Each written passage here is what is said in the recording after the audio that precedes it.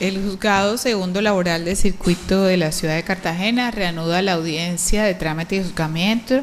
en el proceso ordinario laboral promovido por el señor Javier Correa Cardales contra Electricaribe S.A.S.P. y procede a proferir sentencia de fondo en razón a que vienen cumplidos los presupuestos procesales de demanda en forma, competencia del juez, capacidad para ser parte y capacidad procesal.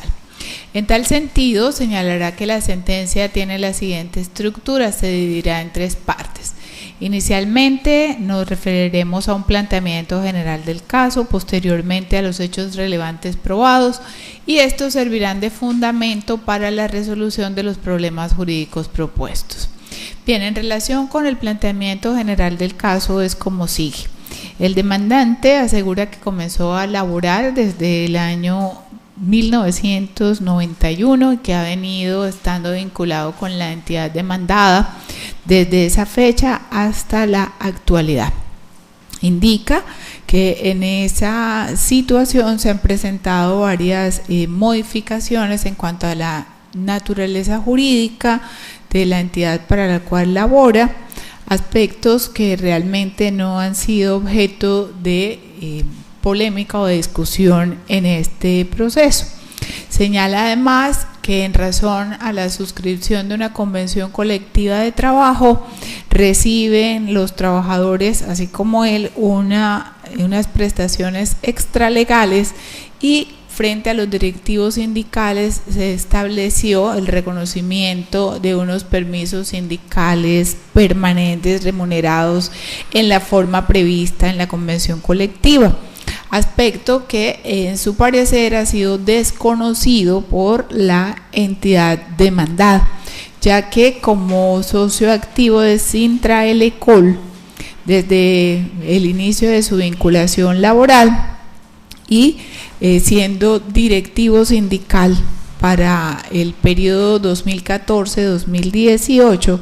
hizo uso de un permiso sindical permanente, el cual estuvo vigente desde el 3 de febrero del año 2015 y hasta el 1 de junio del 2016. Estima que para la liquidación y cálculo de los valores que sirvieron de base a la remuneración del referido permiso sindical, la entidad no tuvo en cuenta la totalidad de los factores indicados en la correspondiente convención colectiva de trabajo y como consecuencia de ello elevó a la entidad demandada la respectiva reclamación, la cual no fue atendida favorablemente. En este sentido, pide en primer lugar que se declare que los factores salariales o los factores a tener en cuenta para el cálculo del respectivo permiso sindical permanente son los indicados en la convención colectiva de trabajo.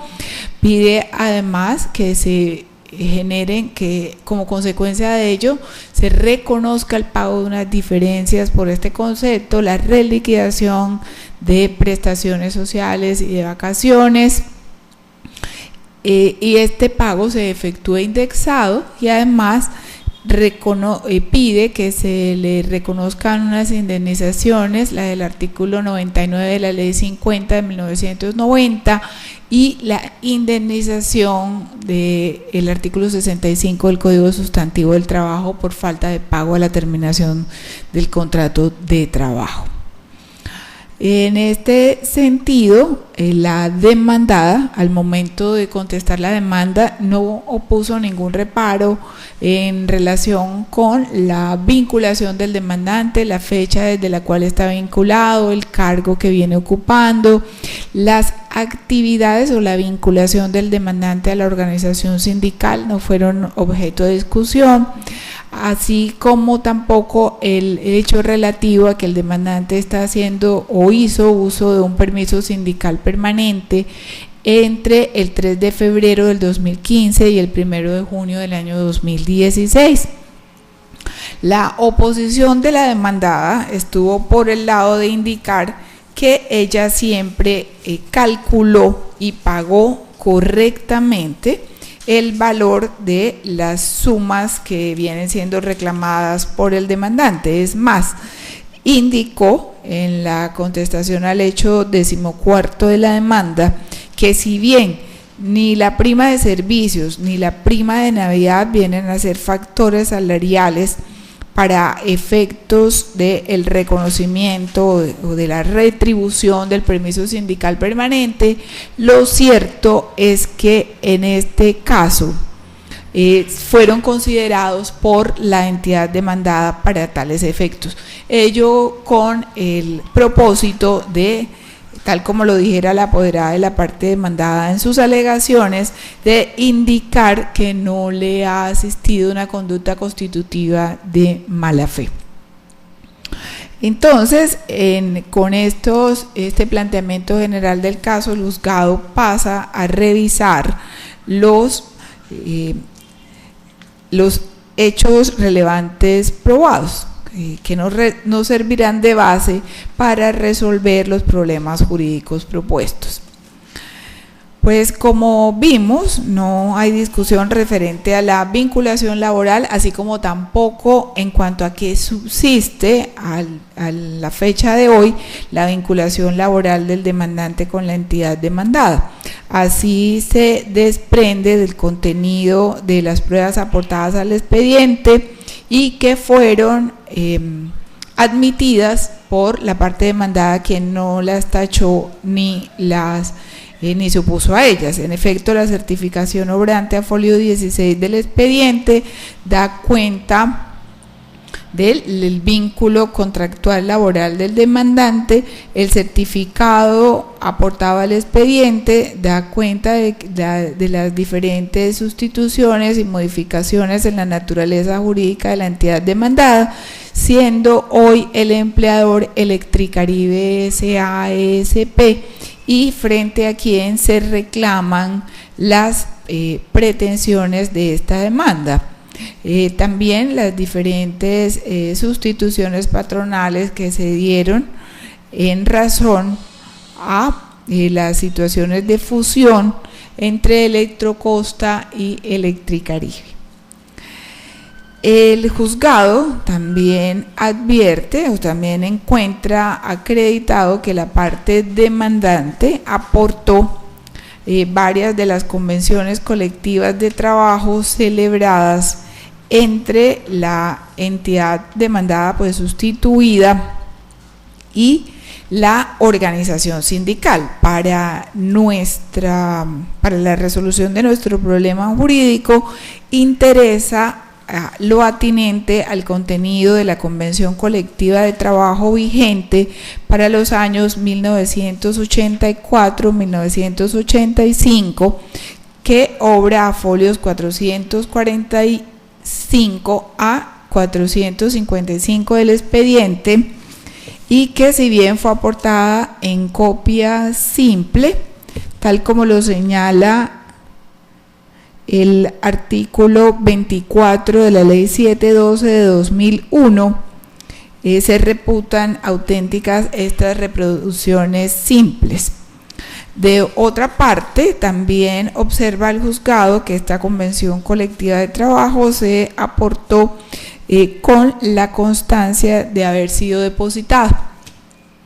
lo cual permite que válidamente el juzgado revise el contenido de tal documento. En efecto, en el artículo 12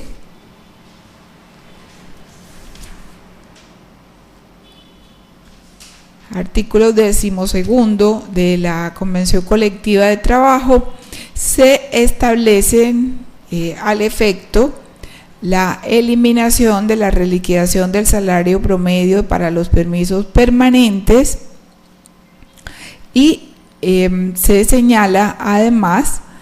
que la empresa, a partir de la vigencia de esa convención, reconocerá o tomará como factor de salario en un 35% la prima extralegal de vacaciones que haya recibido el trabajador dentro del trimestre que se toma como base para liquidar los promedios para los permisos sindicales permanentes. También señala esta misma convención colectiva en el artículo 14, que durante el permiso sindical permanente los trabajadores no podrán disfrutar de vacaciones ni solicitarlas, sino solo a la terminación del permiso. Y el artículo 15, teniendo en cuenta que en este proceso no se presenta controversia en relación a la estipulación realizada entre las partes referente a la existencia de permisos sindicales permanentes, sino en cuanto a los factores integrantes para la liquidación de los mismos y de las prestaciones sociales. Bien, en el artículo 15 de la Convención Colectiva de Trabajo se agrega un parágrafo señalando que para efectos de liquidar los promedios para los trabajadores que estén haciendo uso de los permisos sindicales permanentes o para los incapacitados, se tomarán en cuenta unos factores de salario variable que, por supuesto, en razón a que el trabajador no está laborando, no va a poder percibir,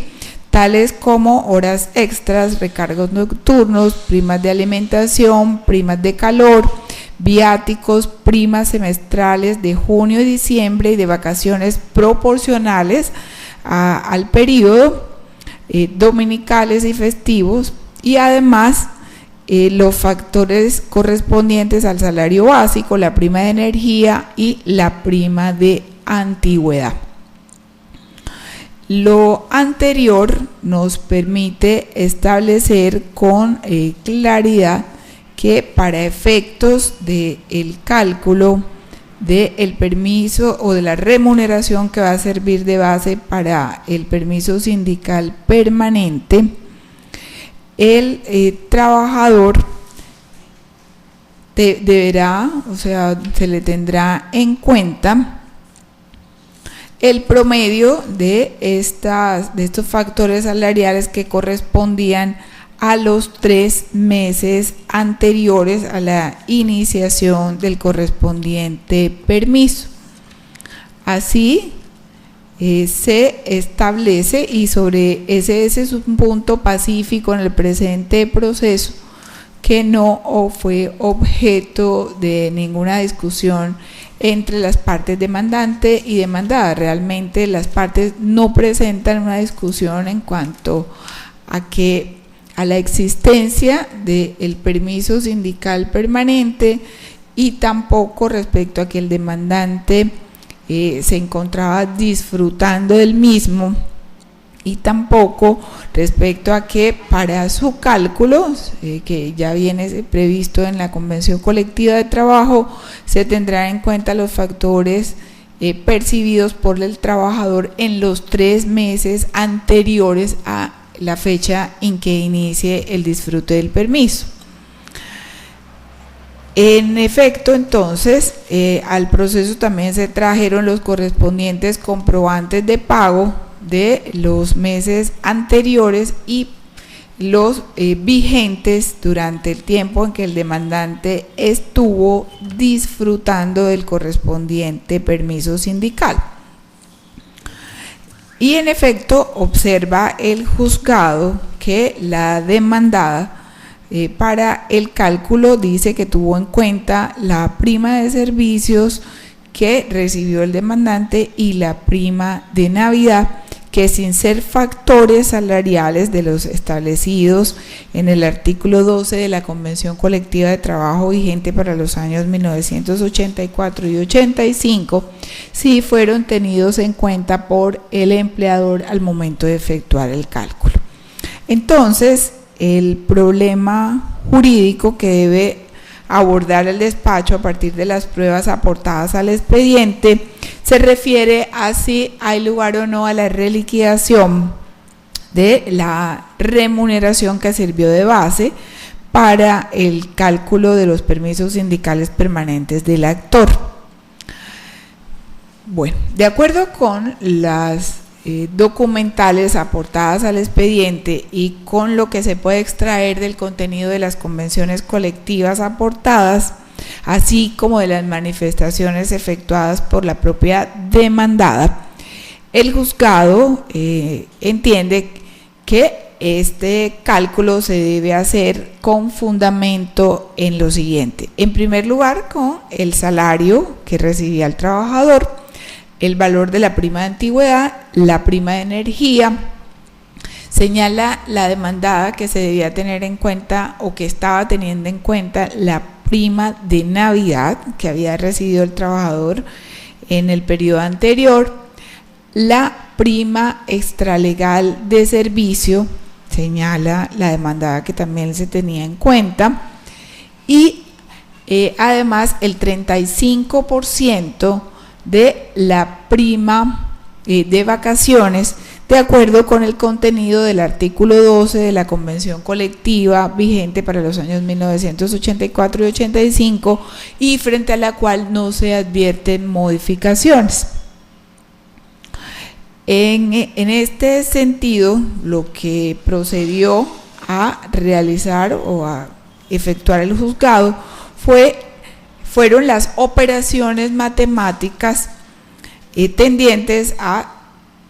establecer los valores que correspondían al salario de base del demandante, al salario del destino, el salario a título personal que venía recibiendo,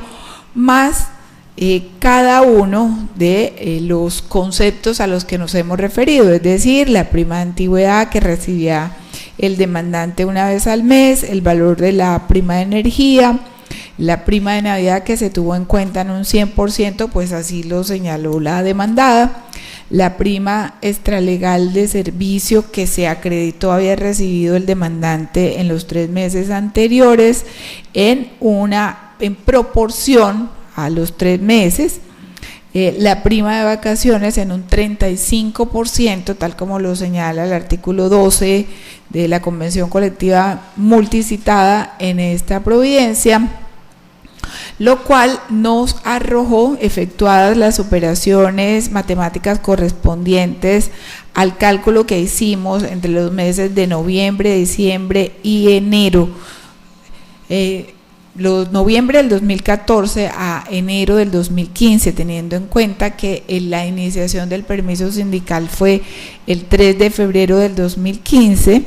arroja un promedio trimestral de 2.428.667 pesos, suma que debió servir de base para la remuneración del permiso sindical permanente del demandante. Bien, contrastada esta operación, esta es una suma mensualizada.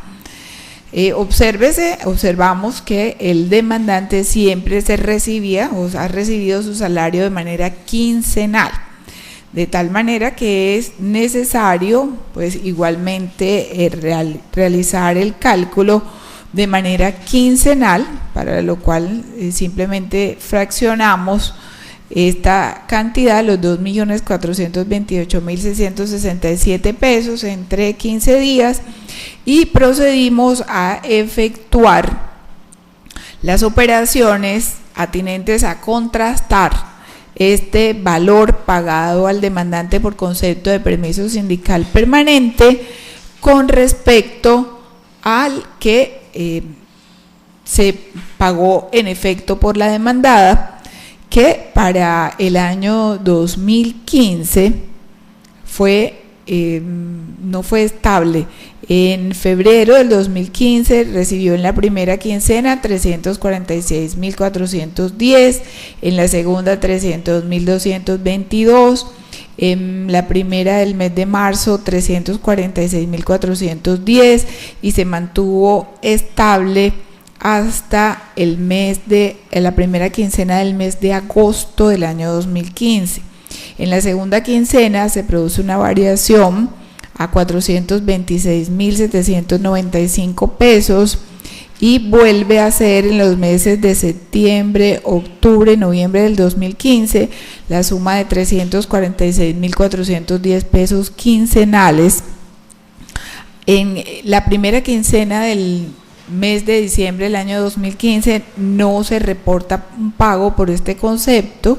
En la segunda quincena del año 2015 viene a ser la suma de 346.410, al igual que en la primera quincena del mes de enero del 2016. En la segunda quincena de enero de 2016 el pago es 184.752 pesos, y en las siguientes quincenas de febrero, marzo, abril y hasta la terminación del permiso sindical el 31 de mayo de 2016 se recibe el demandante por este concepto la suma quincenal de 346.410 pesos. El juzgado no encontró ninguna justificación atinente a por qué razón se produjeron las variaciones a las que con las que se encontró el juzgado en los respectivos comprobantes de pago, por cuanto se extrae de la interpretación de la norma convencional que durante el tiempo en que el trabajador se encuentre en permiso sindical permanente recibirá por ese permiso con la retribución que se señala de acuerdo con la disposición convencional de manera constante y que corresponderá al promedio allí indicado. También hicimos referencia a señalar que durante el periodo en que el trabajador está gozando de un permiso sindical permanente no podrá solicitar ni disfrutar vacaciones tal como lo señala la disposición convencional. Entonces, en este sentido, el juzgado realizaba la contrastación entre el promedio del último trimestre trabajado por el demandante, es decir, entre noviembre del 2014 y enero del 2015, para establecer el valor del permiso sindical permanente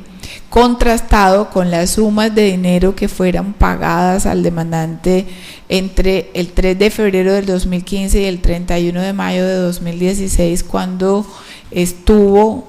o disfrutó del permiso sindical permanente, nos arrojan unas diferencias quincenales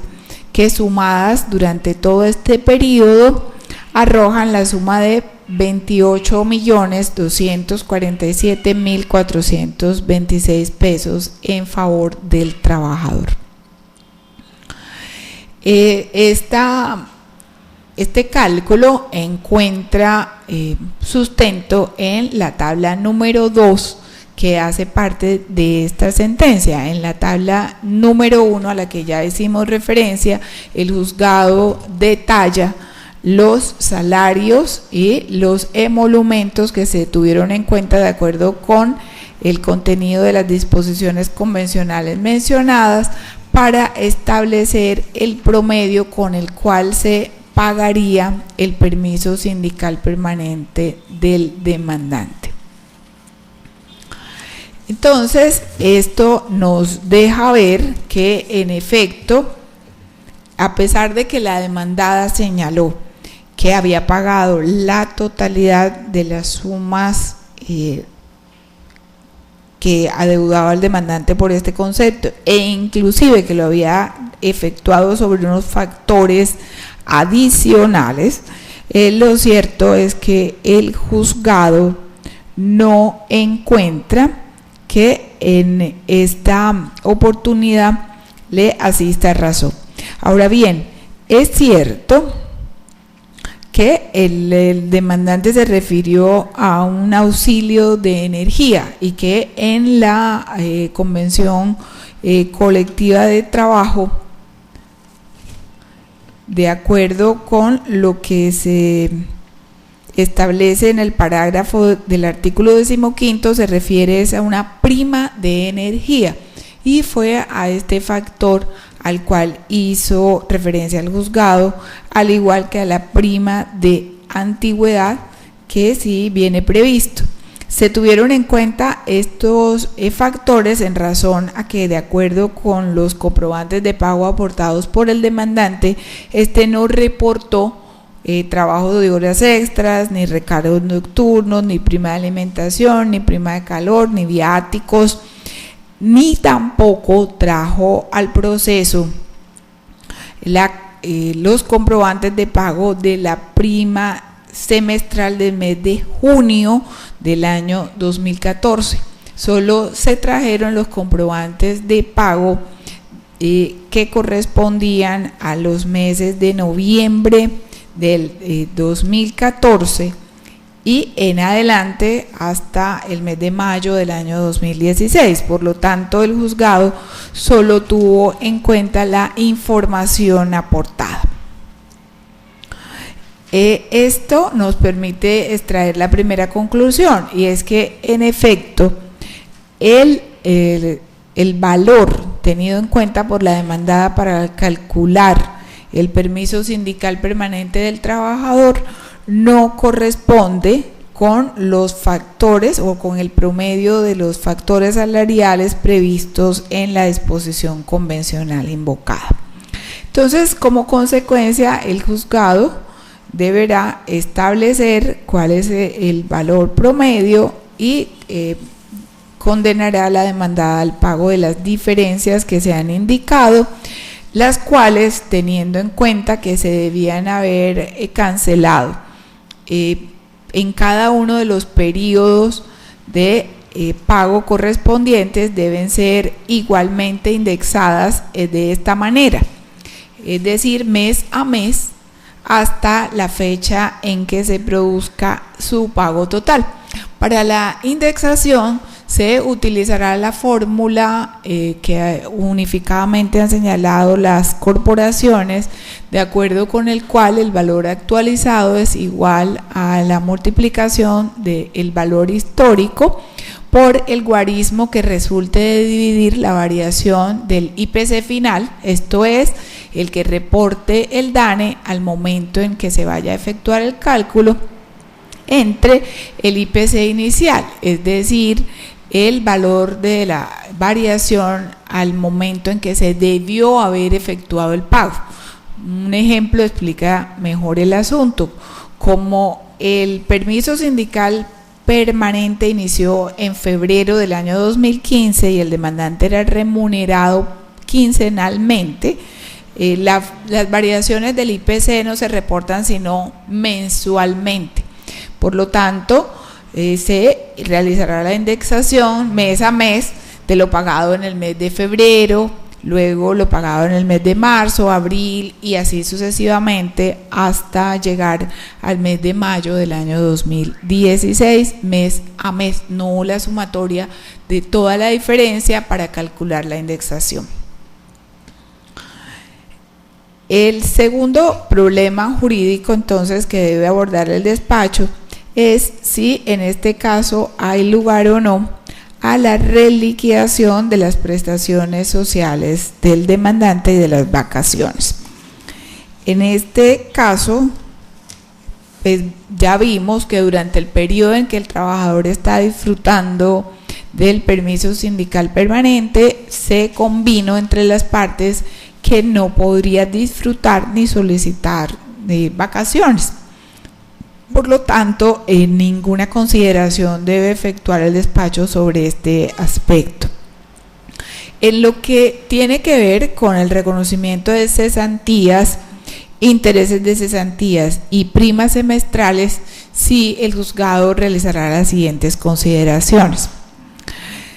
En la tabla número 3 se muestra cómo la reliquidación de la retribución del permiso sindical permanente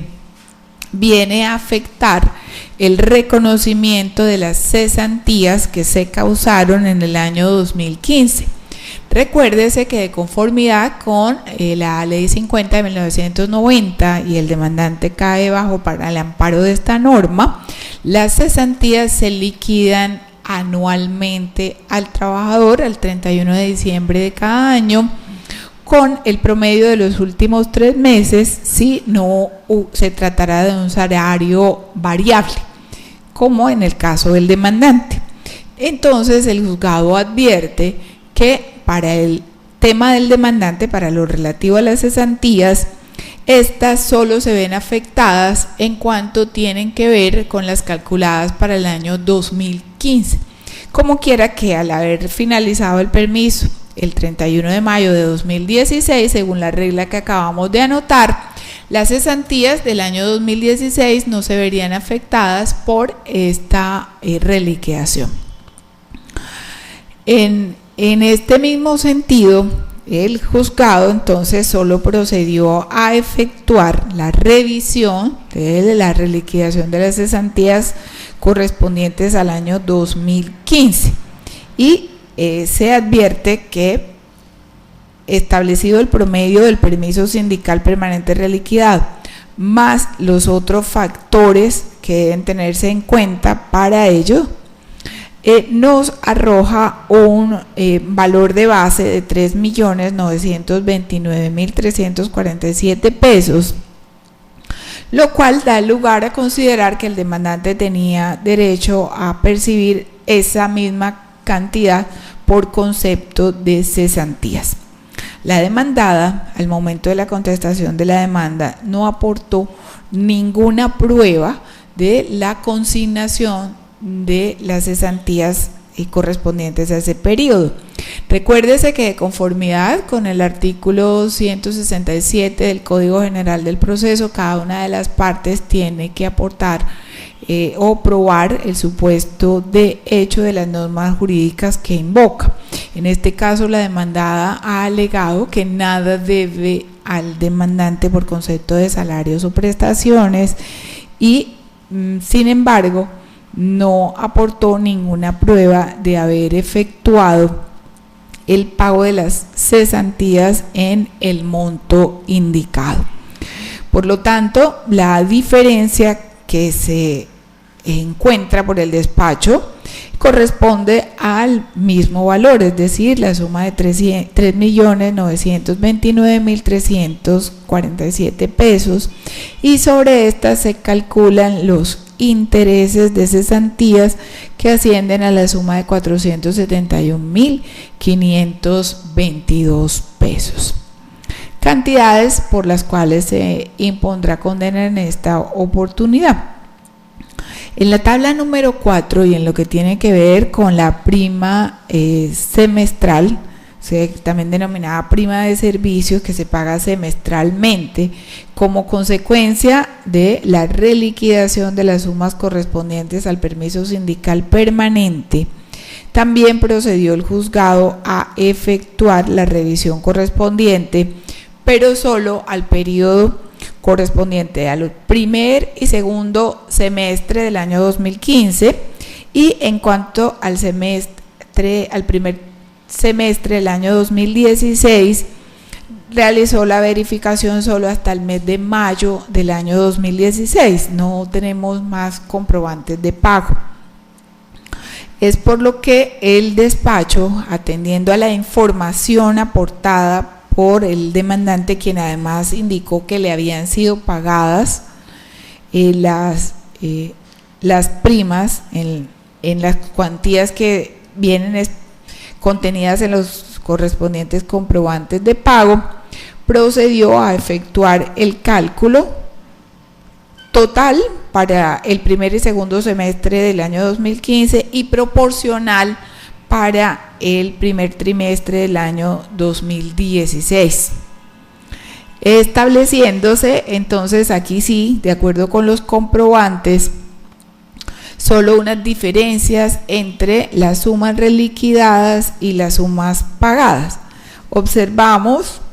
que, de acuerdo con la información aportada al expediente a folios 341 y 342, se encuentra que por el primer y segundo semestre del año 2015, el demandante en cada semestre tenía derecho por este concepto a la suma de 1.964.674 pesos, y en el primer trimestre del año 2016 proporcionalmente a la suma de 1.637.228 pesos. Al juzgado se trajo la constancia de pago de las primas de la primer y segundo semestre del año 2015, las cuales se descontaron. Se trata de las sumas de 1.423.704 pesos por el primer trimestre y primer semestre,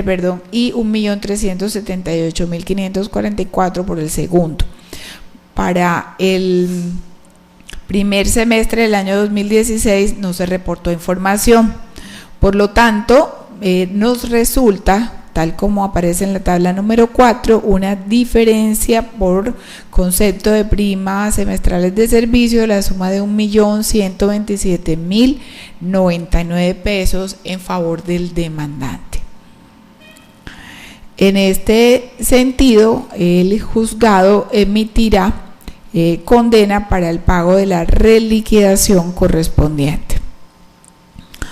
El tercer problema jurídico que debe abordar el despacho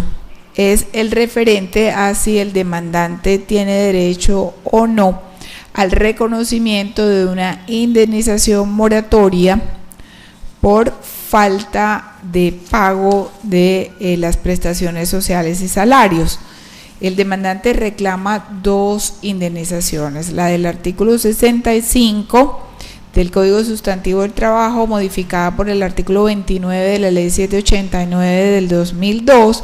y la del artículo 99 de la Ley 50 de 1990, derivada de la falta de pago, en este caso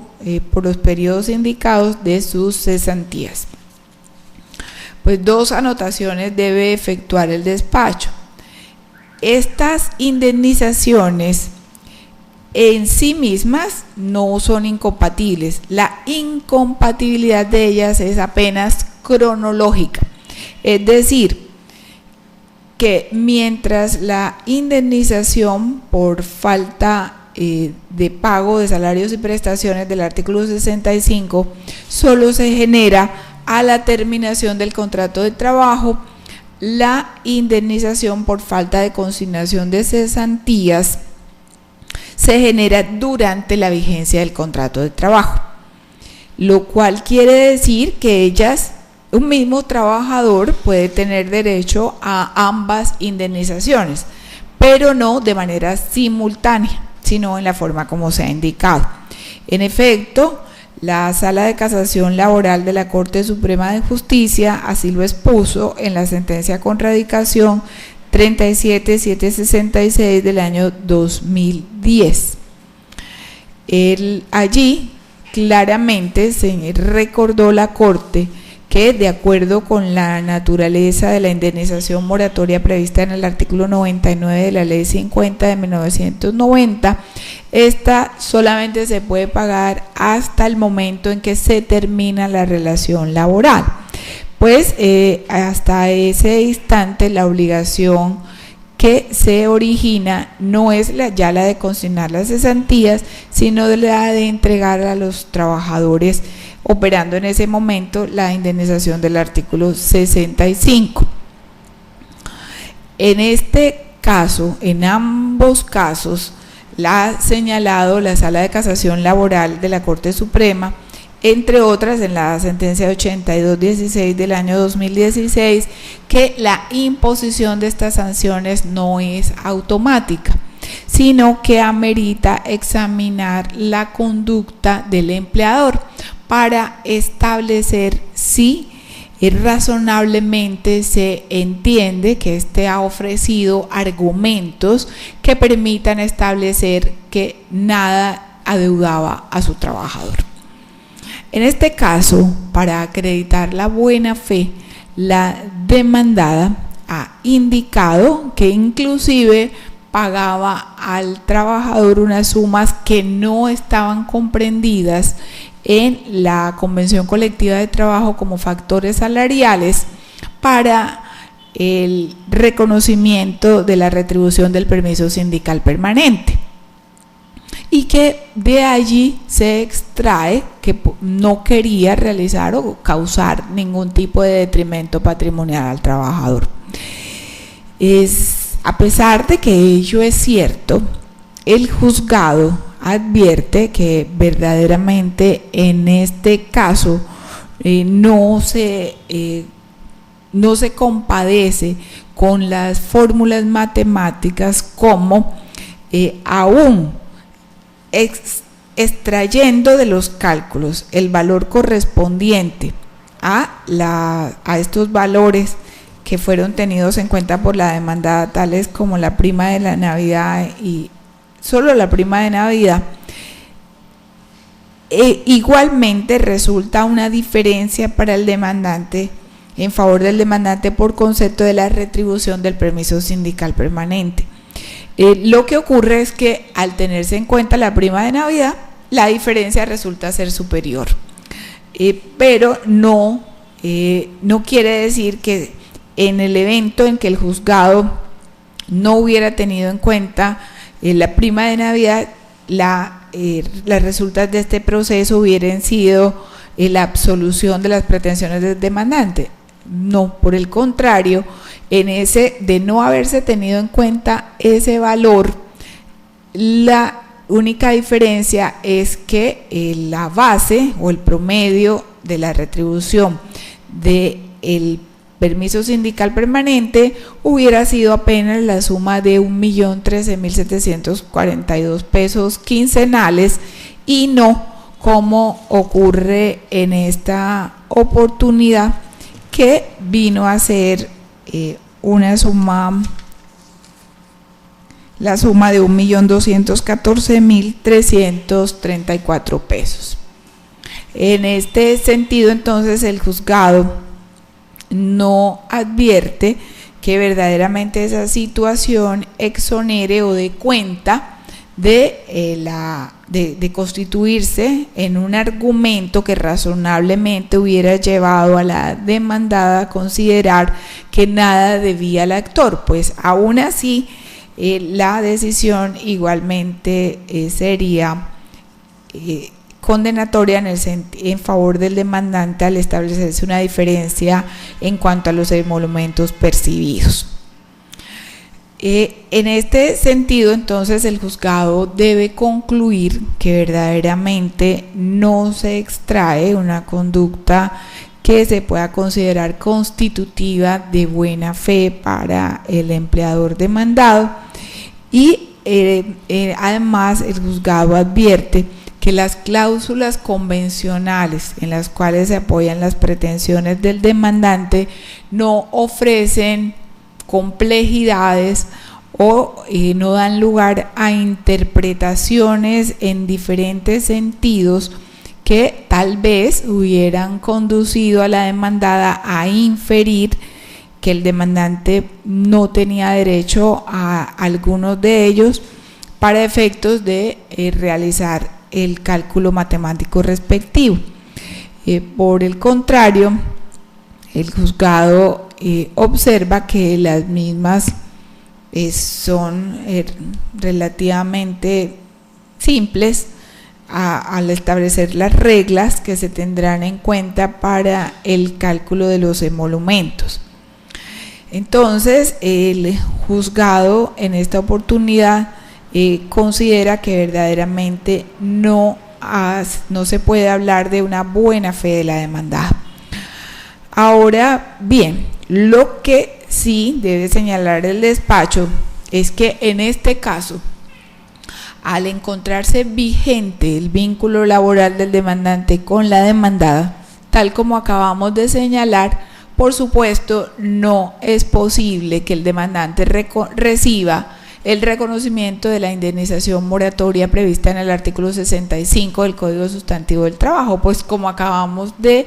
revisar tanto en la disposición legal como en la interpretación que el autorizado, el intérprete autorizado de la Sala de Casación Laboral de la Corte Suprema de Justicia ha efectuado de la norma, esta indemnización solo procede a la terminación del contrato de trabajo y no mientras este está vigente. En consecuencia, solo podría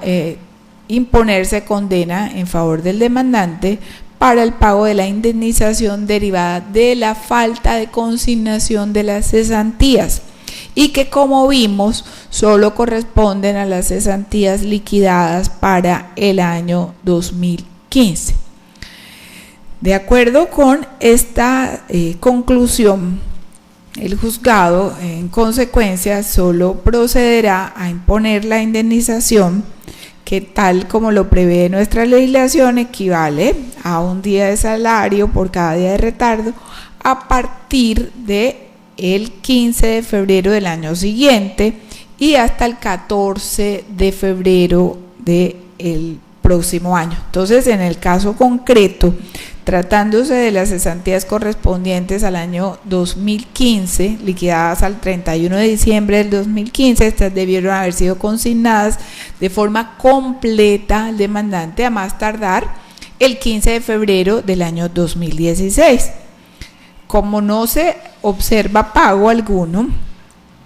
y están las diferencias que hemos anotado, la indemnización corre desde ese día y hasta el 14 de febrero del año 2017.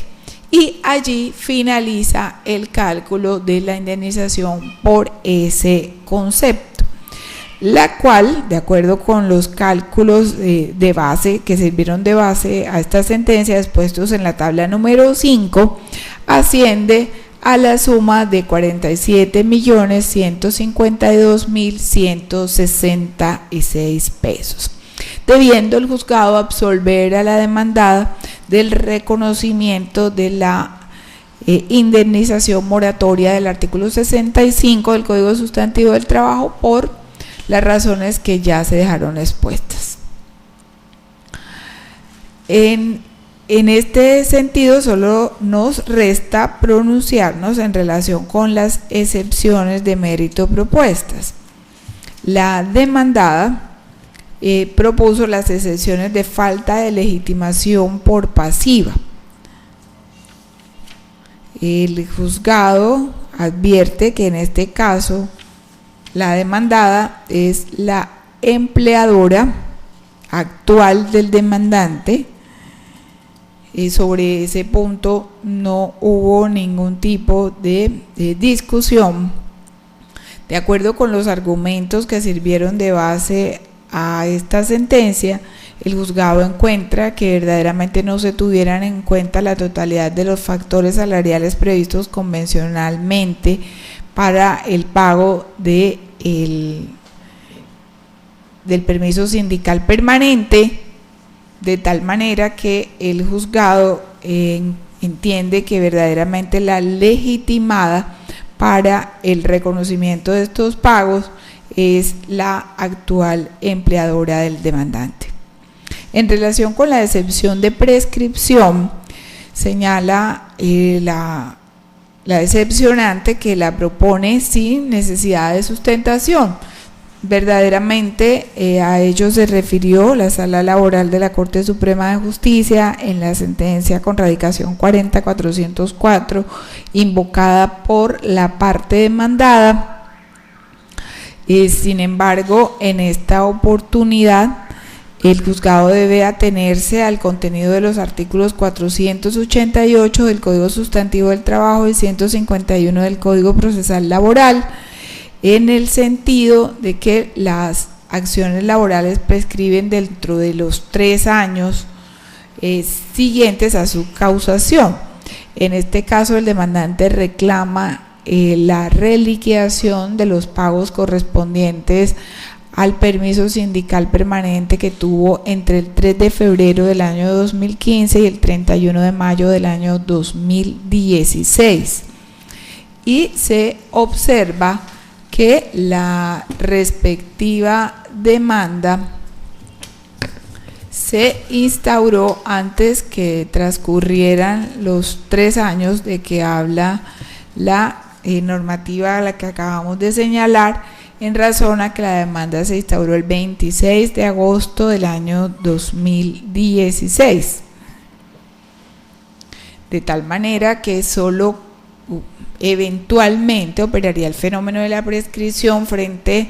a prestaciones o reclamaciones que se hubieran causado antes del 26 de agosto del 2013. Y en este caso,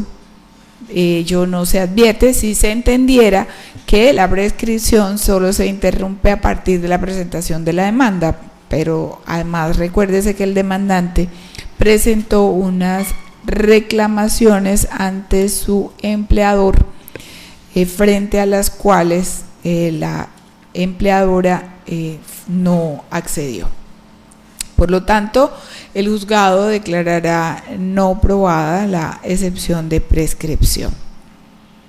Entonces, en mérito de lo expuesto, el Juzgado Segundo Laboral del Circuito de la Ciudad de Cartagena, en nombre de la República y por autoridad de la ley, resuelve. En primer lugar, declarar que para la remuneración del permiso sindical permanente del señor Javier Correa Cardales, identificado con la cédula de ciudadanía número 9284094, su empleadora Electricaribe S.A.S.P. debió tener en cuenta los factores previstos en el artículo 12 de la Convención Colectiva de Trabajo vigente para los años 1984-1985, más los correspondientes a la prima de Navidad y la prima de servicios, conforme lo admitió la empleadora. En segundo lugar, como consecuencia de lo anterior, establecer que el salario promedio para pagar el permiso sindical permanente del señor Javier Correa Cardales entre el 3 de febrero del año 2015 y el 31 de mayo del 2016 debió ser la suma mensual de 2.428.667 pesos y no la indicada por su empleadora. En tercer lugar, como consecuencia de lo anterior, reliquidar el valor de las sumas pagadas al señor Javier Correa Cardales por concepto de permiso sindical permanente y condenar a la demandada de Electricaribe S.A.S.P. al pago de las diferencias que se generaron,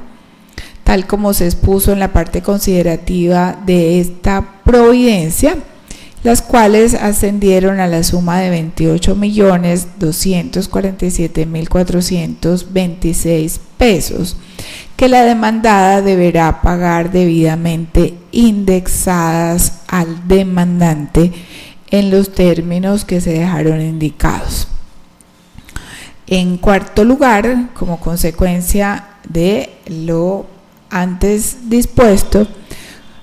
ordenar que se reliquiden las cesantías del demandante correspondientes al año 2015, las cuales deberán pagarse en la suma de 3.929.347 pesos, y los intereses de las cesantías de este periodo en la suma de 471.522 pesos. Del mismo modo, ordenar el pago de la reliquidación de las primas correspondientes al año 2015 y proporcionalmente al año 2016 por la suma de 1.127.099 pesos, también debidamente indexadas de conformidad con lo expuesto en la parte considerativa de esta providencia, y absolver de las reliquidaciones solicitadas en relación con las vacaciones por las razones que se dejaron expuestas. En quinto lugar, condenar a la demandada Electricaribe S.A.S.P. a reconocer y pagar al demandante la indemnización derivada de la falta de consignación de sus cesantías correspondientes al año 2015 en la suma de 47.152.166 pesos,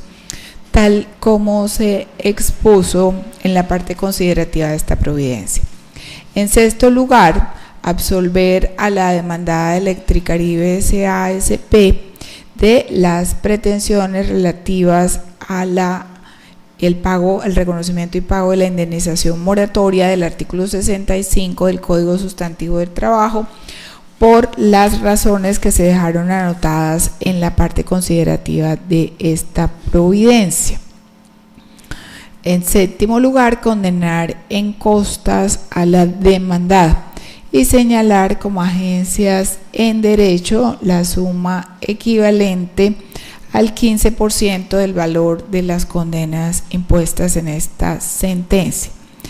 En octavo lugar, declarar no probadas las excepciones de mérito propuestas por la parte demandada según se dejó expuesto. El juzgado deja constancia que las tablas 1 a 5 que sirvieron de fundamento para esta sentencia hacen parte de la misma y quedan a disposición de las partes para su consulta. Las partes quedan notificadas en estrado.